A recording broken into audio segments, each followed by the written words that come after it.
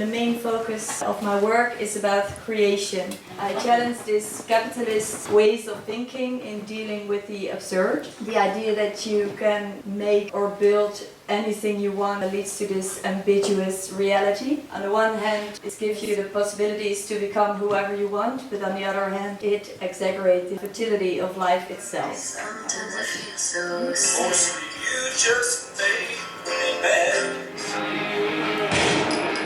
I did this fictive duo exhibition with another artist that I made up. I gave him the name Sigmund Aladdin, and the work he showed was made by me. I hired a professional actor, and all he had to do was lie down for 4 hours on a bed made of straw. That performance was about avoiding the pressure of an exhibition opening, and the work I presented as my real work was called Welcome to the Family, and it was a series of portraits on prints, on plaster and on a video. It was about the family they use in schema therapy. This family is all in your head.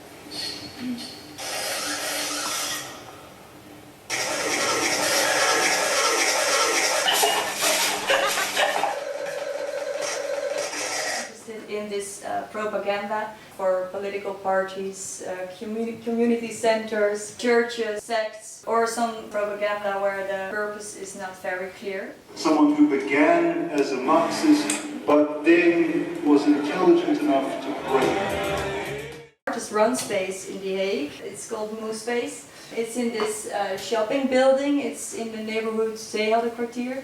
And in the back of the building there are studios, and in the front there is a project space, Space 17, and it's with 6 artists that are inspired or fascinated by a certain sub-world with their own rules. Sub-world of a video game, or a mental hospital, an office, a sect, a dream, of course. They have 6 building days, then they have an opening, an exhibition, and also an online program with a video interview and an article on Tumblr. Okay, thank you.